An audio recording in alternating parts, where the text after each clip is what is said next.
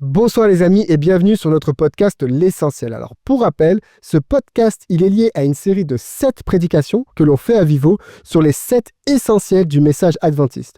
On se trouve ici à Vivo dans l'église avec Léo, Arnaud et moi-même Ben. Nous sommes les 3 prédicateurs de cette série. Alors les amis, le deuxième épisode de notre série c'est la Bible. Je voudrais vous poser une question tout de suite. Quels sont les objets chez vous qu'il est interdit de poser sur sa Bible? Léo? Au présent, aucun. Au passé, tout et n'importe quoi. Aucun objet, il devait être sur ma Bible quand j'étais plus jeune. Ok. J'explique ou après? Non, vas-y, développe. Non, c'est juste que, alors vous savez très bien, je viens de l'Argentine, donc dans ma famille, ma grand-mère, elle était catholique, et évidemment, la Bible, c'était un objet sacré. Ouais. Et aujourd'hui, pour moi... Toi, tu dirais du coup ça vient carrément de cette idée catholique d'avoir les... Ça suffit de regarder des films de vampires pour voir à quel point la Bible elle était un objet sacré, tu vois. Tu roulais les gens, les vampires avec... Non, c'est une blague, mais c'est-à-dire les catholiques, ils considèrent... Sacralité de l'objet. Même pour l'exorcisme, ouais. c'est toujours la Bible et la croix, quoi, et l'eau bénite. Donc, pour moi, ça vient de là. Okay. Alors, il y a des gens qui disent, voilà, il faut que tu aies un respect pour ces bouquins-là, parce qu'il y a beaucoup de gens qui sont morts à cause de ça, et ça, je respecte énormément. Mais pour moi, l'objet, il n'est pas sacré. C'est le message qui est sacré. Ouais. Et ça fait la différence. Pour moi, j'ai jamais eu cette... la première fois qu'on m'a dit, j'avais posé mon téléphone sur la Bible, et on a pris le téléphone et on l'a posé à côté. Et moi, ça m'a surpris. Je dis, mais qu'est-ce qui s'est passé? En fait, j'ai jamais été éduqué dans cette dimension. Et jusqu'à il y a pas longtemps, j'avais plus l'idée de voir la Bible vraiment, même le papier, vraiment de le respecter. Et en fait, plus le temps passe, plus je me rends compte, j'ai envie de noter, j'ai envie d'accrocher des trucs, de plier la page pour me souvenir où est-ce que j'étais. Donc, le papier en soi... Tu as encore mis des stickers sur ta Bible, toi? Non, alors les stickers, pas encore, mais par contre, les trombones, ouais, ça c'est... Mais raconte ce que tu as raconté en off, j'ai trouvé super intéressant quand tu étais un an en Égypte pour le service volontariat adventiste. La Bible, on ne pouvait pas la poser donc en Égypte, en culture musulmane, avec un islam vraiment très très présent. La Bible prend la même place que le Coran, et de poser la Bible plus bas que la taille, le milieu du corps, ça ne va pas. Je ne pourrais pas la poser là à côté de moi. Il faut la poser dessus. Elle est dessus. Et voilà, là d'ailleurs je l'ai posée à l'envers, elle se pose à l'endroit, et puis elle se pose, je ne vais pas la poser quand je suis assis dans le métro, je ne vais pas la poser à côté de moi. Ça ne passe pas. Et juste avant que tu te lances, en Argentine, il avait une tradition, évidemment, un mensonge, qu'il disait qu'il fallait jamais laisser ta Bible ouverte. Et tu sais pourquoi? Satan, il peut lire dedans. Oui, tout à fait. Et tu dis comme s'il avait soin, quoi. S'il la connaît par cœur. Mais s'il l'aurait pu rien. Et c'est pas comme s'il était là quand les choses se sont arrivées. En fait. Autour de la Bible, il y a tellement de mythes. Et toi, c'était quoi que tu pouvais pas poser? Ah, moi, les gars, ça va peut-être vous surprendre, mais aujourd'hui... Jusqu'à maintenant. Tu poses pas ton téléphone ou rien dessus? Alors, vous allez vous foutre de moi, j'en suis sûr. Le téléphone, oui, parce qu'il y a une application de Bible dedans. Mais dès le jour où tu enlèves l'application de Bible, tu poseras plus ton téléphone. Ah ouais, moi, bon, après, demander, tu vas l'enlever. Demander à Audrey, là, mon épouse, elle devient dingue avec ça. Elle dit que je suis complètement... Et tu vois, pour le coup, j'ai pas l'arrière-plan catholique. C'est vraiment... Moi, il y a un côté... c'est mon sauveur, la Bible, tu vois. Ça a une place très importante dans ma conversion personnelle.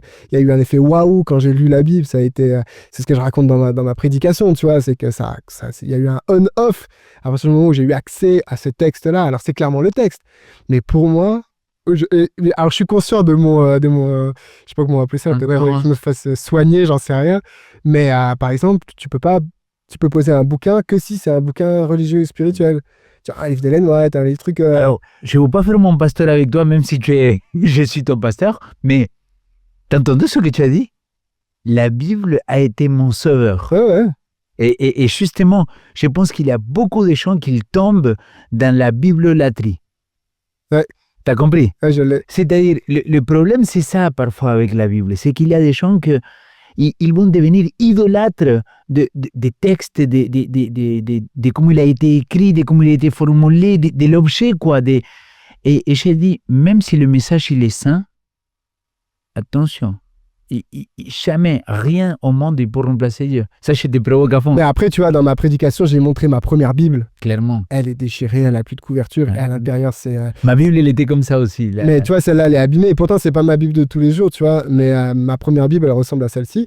Elle est dedans, c'est écrit, c'est raturé. Il y a des trous dans les pages, c'est un peu déchiré parce que je l'ai utilisé. Donc ça, j'ai pas de problème à abîmer ma Bible, entre guillemets.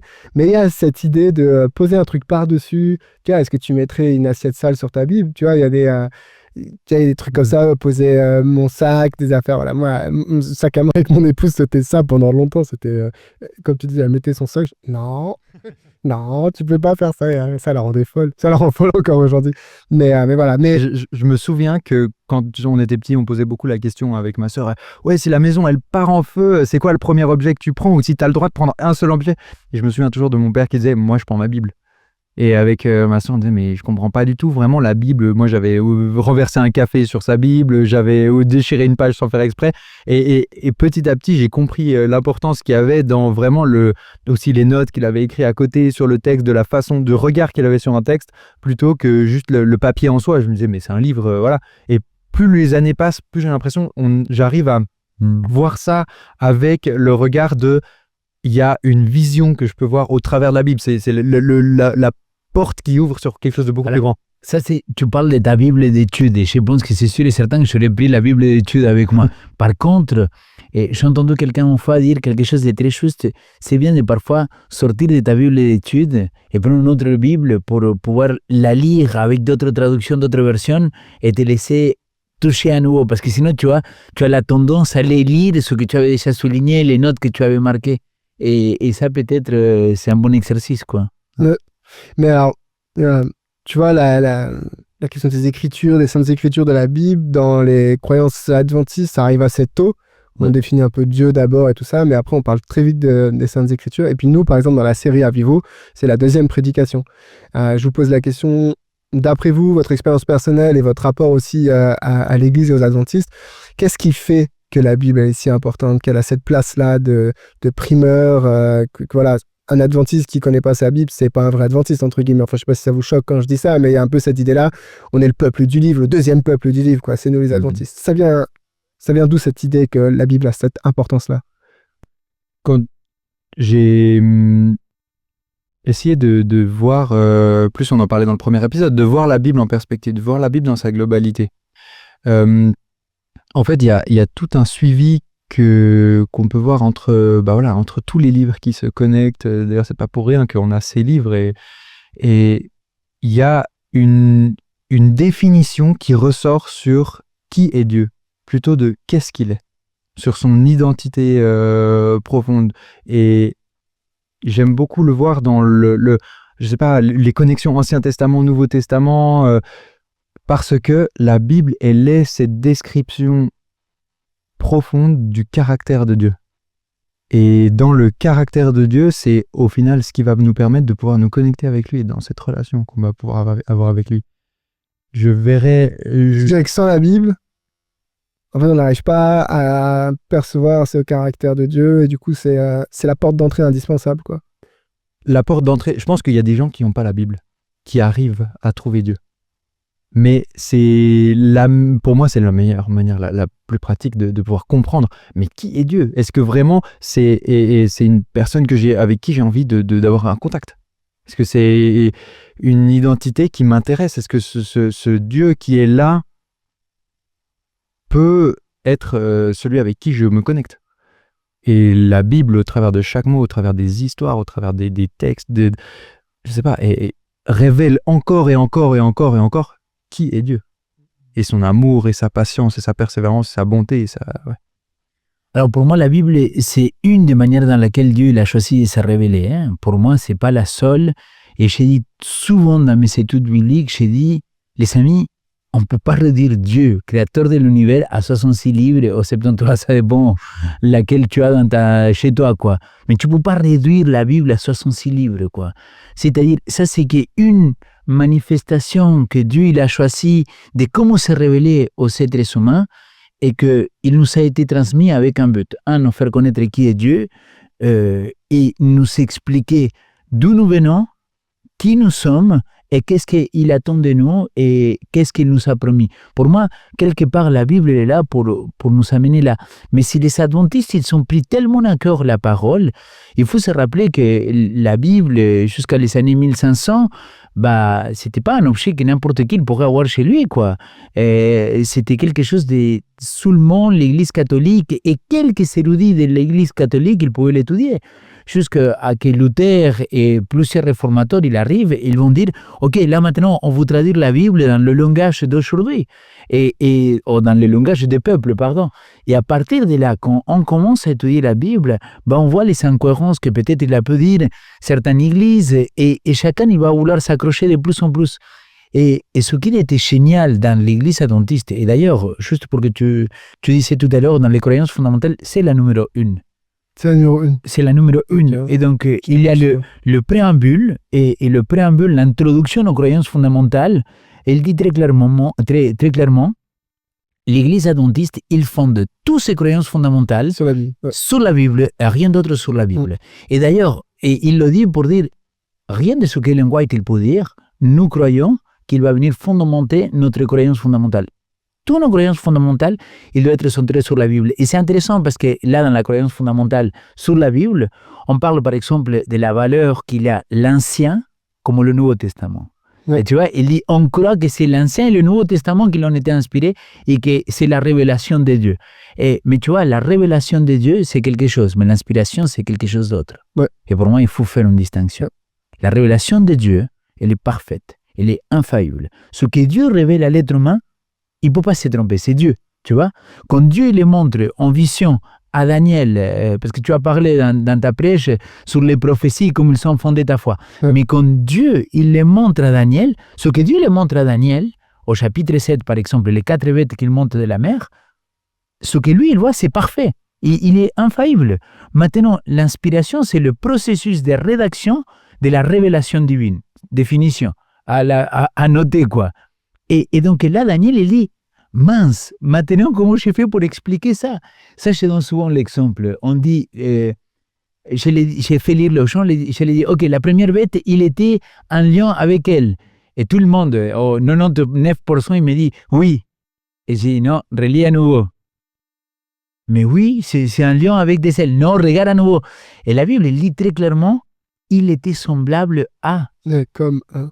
Ou il était comme un lion avec des ailes. Pourquoi? Parce que là, on voit la limitation des prophètes. Et d'ailleurs, la 4e bête en Daniel, il dit... Indescriptible. Voilà, je ne sais pas comment la décrire. Donc, il l'a vu. Mais il l'a vu. Donc, ce que lui, il a reçu de la part de Dieu, c'est parfait. Mais maintenant, ce processus dans lequel l'homme, il va écrire, et c'est là que l'Église adventiste, il a fondé toute sa croyance en disant, OK, qu'est-ce que la parole nous dit? Et tout ce que nous, on va lire et dire, ça va être vraiment regardé.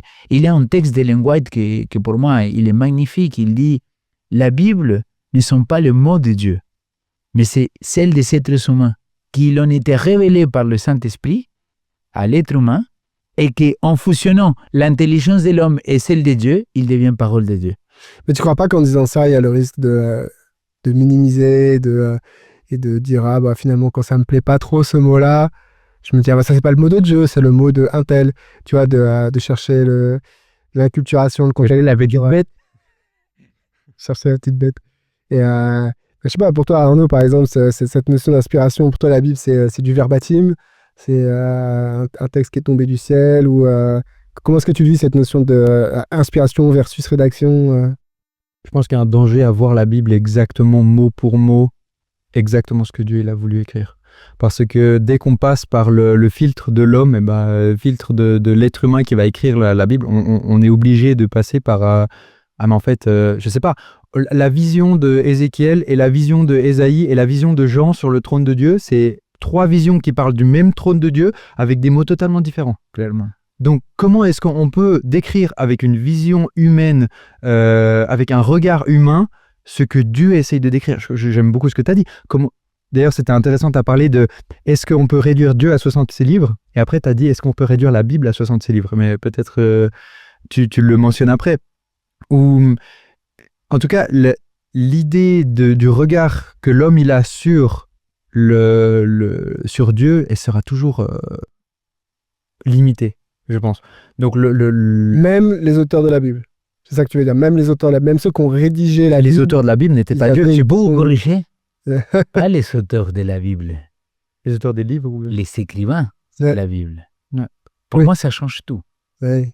Mais non, mais Ouais, c'est bête, mais c'est pas bête finalement, parce que tu te dis non, il y a un auteur. Par contre, il y a plusieurs écrivains. Non, on peut. Et là, pour moi, ça vient rejoindre ce que tu disais. Est-ce qu'on peut prendre le risque de faire ça? Bah, pour moi, non. Parce que si tu crois qu'il y a un auteur et qu'il a relié tous ces écrivains et que chaque écrivain, il va mettre à sa sauce et à sa manière ce que Dieu l'a révélé, pour moi, ça change tout. Parce que pour moi, il est là la parole de Dieu. C'est que Dieu, il reste l'auteur des Écritures. Oui. Ouais. Mais en quoi tu peux leur faire confiance finalement à ces écrivains? Parce que si tu dis qu'ils ont utilisé leurs mots, c'est pas forcément ce que Dieu leur a donné, bah, finalement, ce bout de papier-là, pourquoi tu lui fais confiance, quoi? Alors, loi et au témoignage. Isaïe chapitre 8, pour moi, c'est clair. À la loi et au témoignage. Tout ce qu'il a été dit, il s'est accompli. C'est-à-dire, regarde, et bon, toi, tu as parlé un peu dans ta prédication de comment la prophétie il t'a touché et comment il t'a amené à être vrai. Mais quand tu vois que, par exemple, qui aurait pu dire que Chypre il allait être détruit? Tu vois? Qu'il allait plus être la nation qu'il était. Qui aurait pu prédire ça? Et la Bible le dit. Qui aurait pu dire que Babylone il allait tomber? Et elle est tombée, quoi. Et en plus, la Bible, il nous raconte comment il allait tomber. Donc, il y a des prophéties au-delà de tout ça qui se sont accomplies. Et pour moi, c'est là que, à moi, ça me touche énormément la parole, c'est que ce que je vois qu'il était accompli, il s'accomplit encore. J'ajouterais à ça la vision, donc là tu parles plus en termes de prophétique.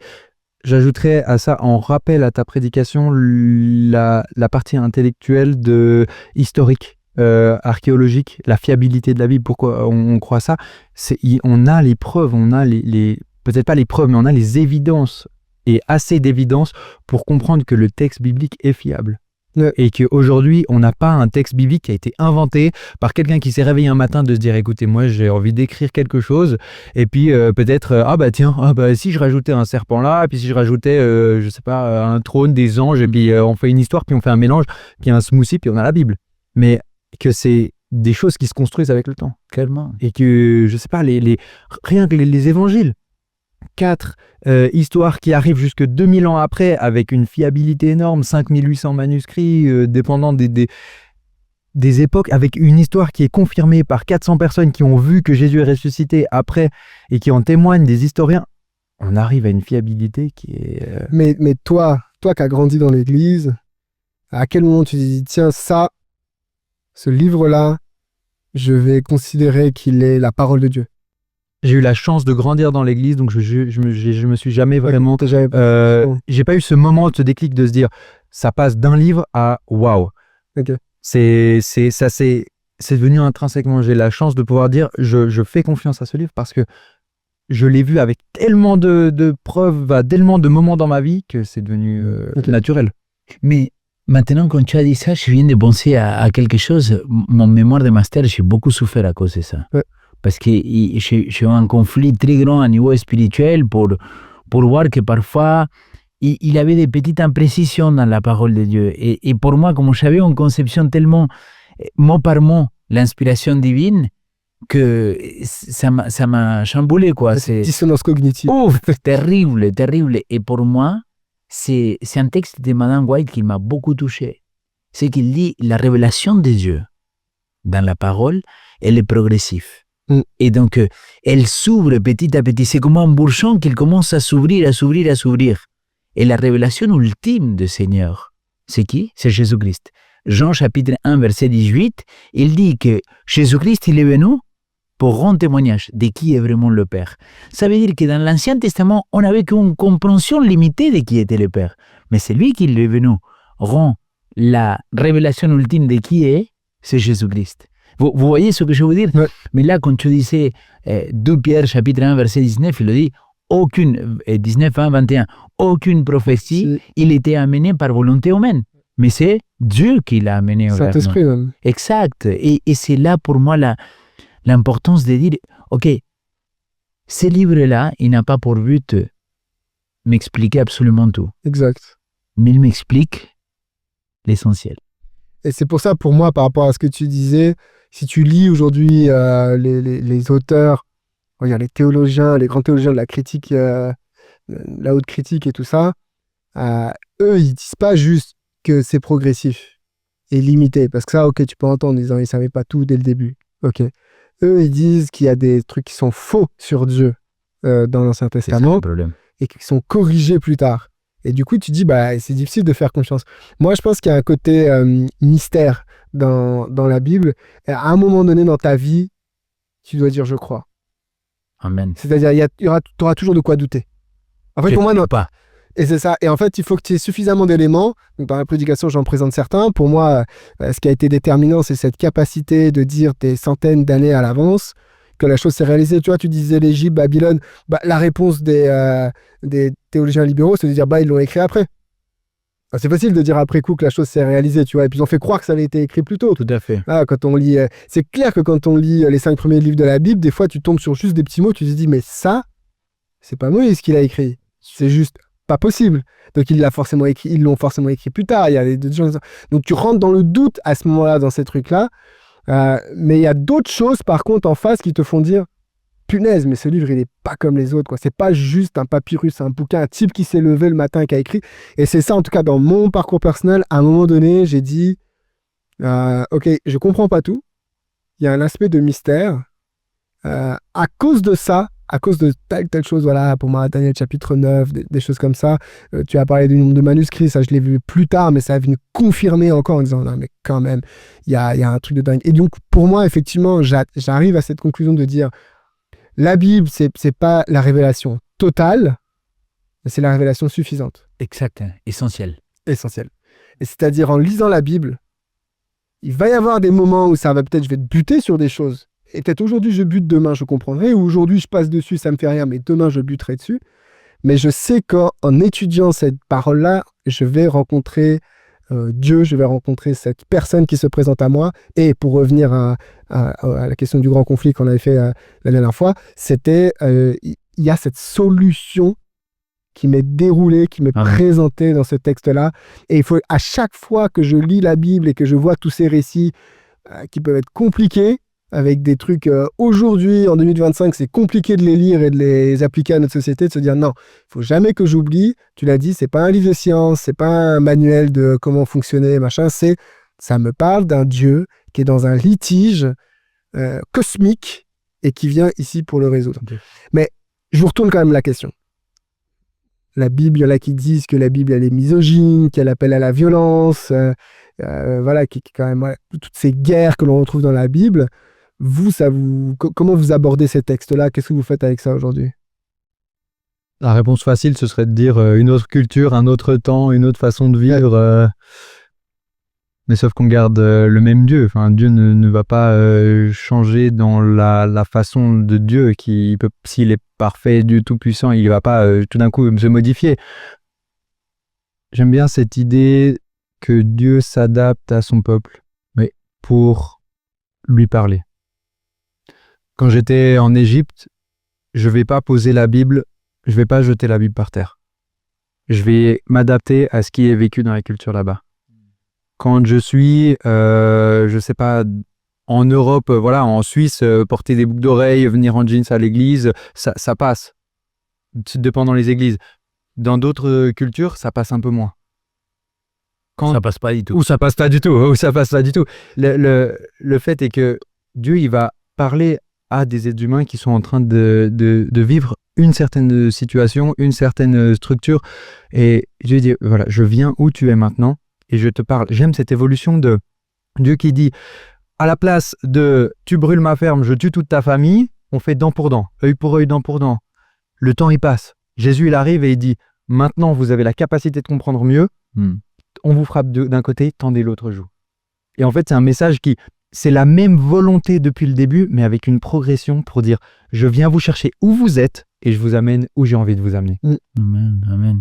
Mais c'est là que pour moi, c'est intéressant, dans le fait qu'il avait la tradition orale, Mais à un moment de l'histoire, Dieu il dit, ok, maintenant il faut qu'on mette tout ça par écrit. Ouais. Et donc c'est là qu'il va arriver avec Moïse. Le peuple, il sort de l'Égypte. Et là maintenant, il dit, attends, il faut que je te donne par écrit, ou il faut que tu mets par écrit maintenant des lois pour la santé du peuple, donc des lois cérémoniales aussi concernant la religion. On va avoir une tente maintenant, ça va être le lieu dans lequel je vais venir vous rencontrer, un sort de sanctuaire, tabernacle, appelle-le comme tu veux, temple.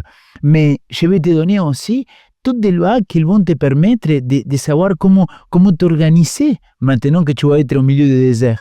Et donc, on voit qu'il y a eu un besoin de peuple et que Dieu se manifeste à nouveau pour répondre à ces besoins-là. Et là, les 4 évangiles, pour moi, c'est une évidence grand comme une maison. On sait très bien que Marc, il est le premier évangile à avoir été écrit avec, comment il appelle les théologiens, la source Q. D'accord? Alors, si Marc, il est le premier, vous avez vu comment il commence l'évangile de Marc? Il commence avec « Et Jésus, il s'est baptisé, et après, il a eu le ministère, et après, il a fait ses miracles, et après, il a fait celui-ci, et après, il était là-bas, et après. » Vous savez qu'on appelle l'évangile de Caïn, le « et », n'est-ce pas? Alors, pas besoin de commencer avec l'enfance de Jésus-Christ, avec le problème de Marie. Ce qui viendra plus tard dans les Qui autres va venir plus tard avec qui? Matthieu et Luc, qui sont contemporains. C'est hyper fort, les amis. Parce que là, d'ailleurs, Marc, je ne sais pas si c'était un prêche que tu l'avais dit, comment il finit abruptement l'évangile de Marc, parce qu'il dit, voilà, et Jésus, il revient. Pan. Donc, il finit, ils l'ont vu ressusciter. Pas vite, il était déjà concentré sur l'essentiel. Mais oui, lui, il était dans l'essentiel. Par contre, Matthieu et Luc, années 70, 80, peu importe la datation, mais on sait que ils ne sont pas avant Marc. C'est super intéressant parce que là, ils disent, il faut qu'on montre que Jésus-Christ, il était de la descendance de David, il faut qu'on montre qui était la Vierge, il faut qu'on montre que Joseph, il était au courant de tout ça, il faut qu'on montre comment il s'est manifesté, et donc on voit une évolution. Et qu'est-ce qui s'est passé après sa résurrection Exact, et comment il a évolué, et qu'est-ce qu'ils ont fait les disciples. Mais maintenant, quand tu arrives à l'évangile des gens... Jean, c'est Apple, il a dit, je suis différent des autres. C'est ça.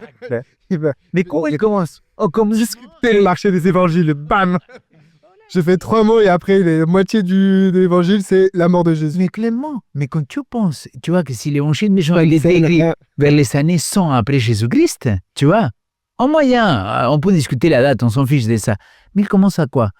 Au commencement était la parole était auprès de Dieu, la parole était avec Dieu et la parole était Dieu.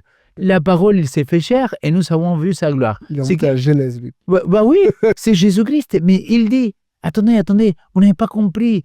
Jésus n'est pas simplement le Fils de Dieu, comme il dit Matthieu et Luc. Jésus, il est Dieu lui-même, qui s'est fait chair.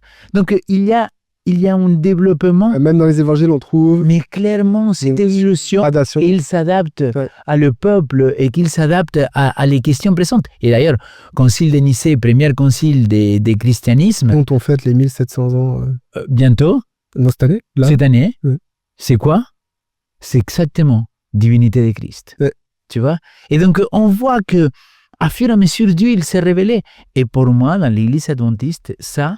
il est très clair. Mais c'est pour ça que pour moi, tu vois, ce qui est hyper essentiel, en fait, c'est d'étudier la Bible comme un ensemble. Il y a une mode quand même qui est arrivée, surtout dans nos pays occidentaux, d'étudier les textes séparément les uns des autres. Et dire, lis ce chapitre, lis cette parabole et découvre ce qu'il y a. De manière systématique. C'est vrai, ce qu'on appelle le close reading, d'être proche du texte, c'est hyper important. Mais si tu ne fais que ça et que tu ne fais que picorer, comme je dis dans la prédication, tu fais que picorer dans la Bible, en fait, tu te crées ton jeu, tu vois.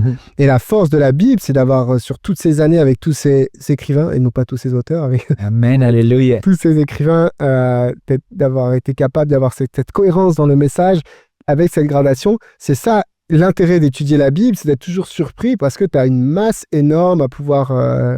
Mais tu prends n'importe quel texte. Tu prends n'importe quel texte de psaume, tu réarranges les mots, tu choisis les mots que tu veux, Dieu, il est persécuteur. Tu prends un texte, tu réarranges les mots, Dieu, il est absent.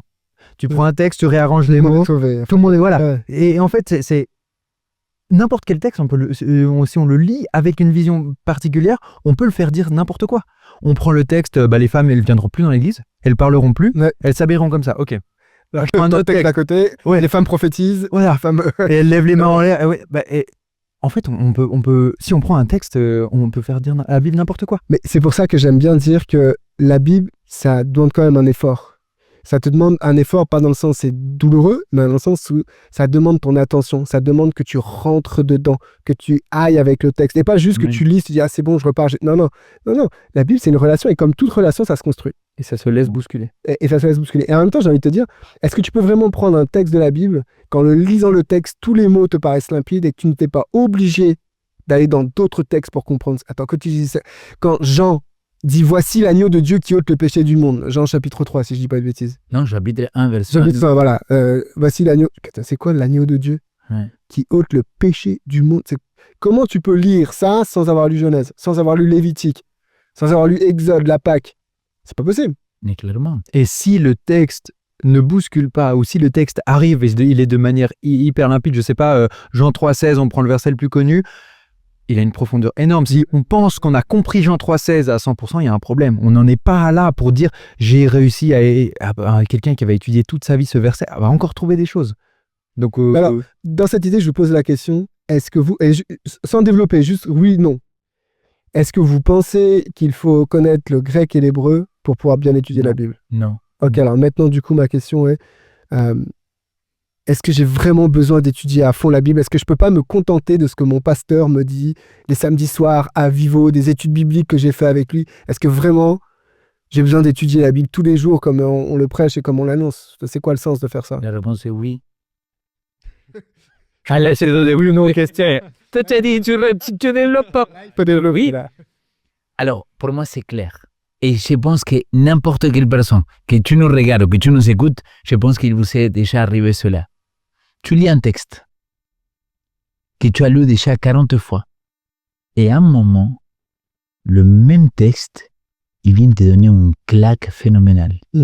Ça, pour moi, c'est l'inspiration biblique.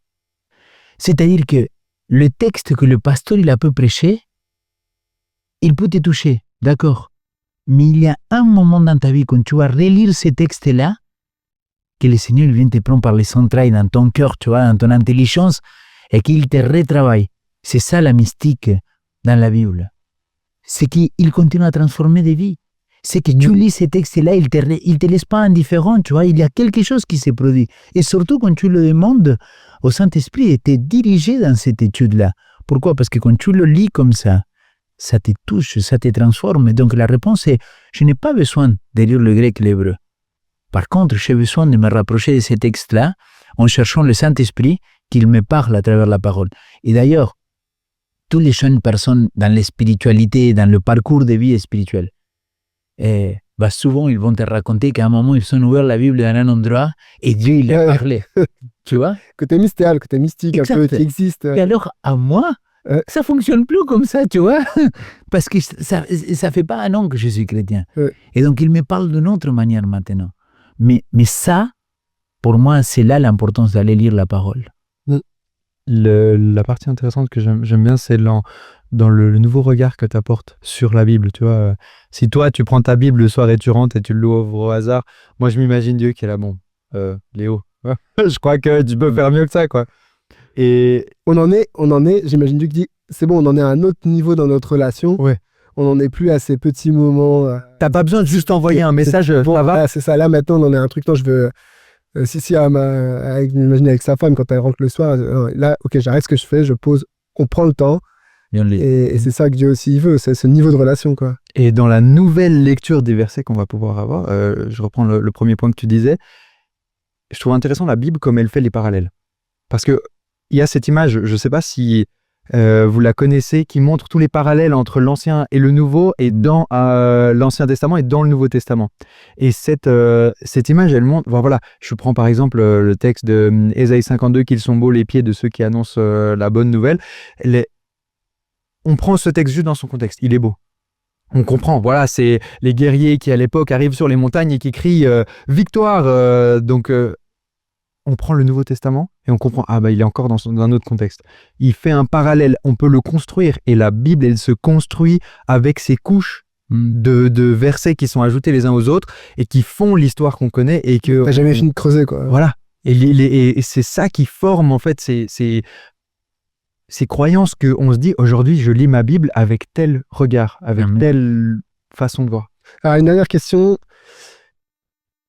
C'est quoi la meilleure version de la Bible à lire. Alors, je vous ai dit comment 79. Elle l'a pas. Elle a Nouvelle édition de Genève. une nouvelle édition de... C'est celle-là. Influence de son papa, si jamais, mais voilà. Alors là, ouais. Là, vous auriez quoi à dire sur le fait qu'on a autant de versions en français C'est une richesse. Ok. C'est une richesse. Et il faut vraiment pas s'arrêter, tu vois, à une traduction. Et il ne fait surtout pas ça, quoi. C'est-à-dire, lire une traduction, mais après, si tu es en train d'étudier un texte, va lire des parallèles d'autres traductions. Moi, à la maison, j'en ai beaucoup. Bon, tu sais, j'aime beaucoup la Nouvelle Bible seconde parce qu'il essaye de rester proche de ce que le grec ou l'hébreu il puisse dire. Moi, j'aime beaucoup ces traductions-là, mais je ne me contente pas là. Et souvent, quand je prêche, je vais aller chercher différentes traductions. La traduction de la Nouvelle Français courante pour le Nouveau Testament, il y a des passages que tu dis, punaise, Seigneur, qu'est-ce que tu as inspiré les gens là pour amener le message de notre manière parce que ça touche, tu vois. Mais après, j'aime bien aussi la Louis II, classique parfois. Donc, pour moi, il n'y a pas une traduction, mais il faut surtout aller chercher les différentes traductions parce que c'est un outil magnifique pour aller pouvoir comprendre mieux ce que l'écrivain il a voulu dire, quoi. Toi, tu lis ta Bible en espagnol aussi? Quand tu... Là, ça fait un très... Oui, non, ça fait très longtemps que je lis plus la Bible en espagnol. Ça fait très longtemps. Parce que je trouve les richesses dans les langues aussi sont différentes. C'est parce que j'ai passé la chance. Là. Il y a plus besoin d'ouvrir. Et toi, Arnaud, t'as une version de préférence, par exemple? Il a dit. Ouais, non, c'est... Il est anglais genevois. Attention. Fribourg me fait mal là, dans mon cœur.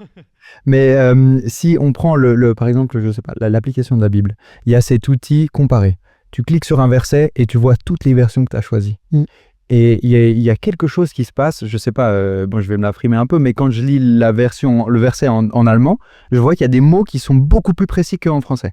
Et après, je vais voir, je sais pas, par exemple, Osterwald qui va prendre autre chose, ou bien des autres Bibles qui ont été traduites avec un autre vocabulaire, ou bien des Bibles très juives. On voit des mots qui changent complètement. J'ai pas de version préférée. J'ai ma Bible d'études, c'est une nouvelle édition de Genève. Mais là, par exemple, celle-là, je trouve qu'elle a un vocabulaire aussi qui est beaucoup plus accessible. Et comment est-ce que je vais parler avec quelqu'un de la Bible en utilisant cette version? Et toi, Ben, c'est quoi la traduction? Moi, j'ai clairement une version de préférence, c'est la Nègre, là que tu dis, la nouvelle édition de Genève. Mais en fait, c'est juste parce que c'est celle que j'ai eue quand je me suis converti et que j'ai beaucoup lu quand je raconte dans ma prédication mon rapport à cette Bible. Et du coup, en fait, il y a un côté, tu sais, visuel. Quand je cherche un texte, je sais que c'est à peu près en haut à gauche dans la page. Il y a ce côté-là. Et en fait, du coup, j'ai plein de versions de cette Bible en grand, en petit chez moi. Mais après, voilà, moi, j'ai une collection de Bibles dans différentes versions, dans différentes langues. Donc et tu vas chercher. Je peux ajouter un truc, pour moi, c'est hyper important. 2 Timothée, chapitre 3, versets 16 et 17, pour moi... Que je dis dans la prédication. Tout à fait. C'est là, la base. Elle est là pour nous éduquer, pour nous corriger, pour nous confronter, pour nous éduquer en toute justice. Mais le but ultime de la Bible, c'est nous amener à des belles œuvres. Et si nous, on passe notre vie, carrément, à lire la Bible, c'est ça. Mais on est des ordures envers nos voisins, envers nos proches, tous ceux qui ne sont pas chrétiens, je n'ai rien compris. Alors écoutez, je pense qu'on a dit l'essentiel, en tout cas sur cette question de la Bible. La semaine prochaine, ce sera sur le thème du sabbat, avec la prédication de Léo. Alors je vous rappelle 3 choses. La première chose, c'est que si vous n'avez pas de Bible, si ça vous intéresse de découvrir la Bible, vous pouvez essayer de nous contacter à Vivo. On peut vous en offrir une. Et que vous puissiez vous aussi découvrir ce livre extraordinaire. Peut aussi vous permettre de faire des études bibliques si ça vous intéresse. Ma prédication sur justement ce thème de la Bible, elle est disponible sur la chaîne de YouTube. Et je vous rappelle aussi que vous pouvez nous retrouver tous les samedis à 18h à Genève, ici à Vivo, pour venir vivre un moment de chant, de partage et de fraternité. À bientôt.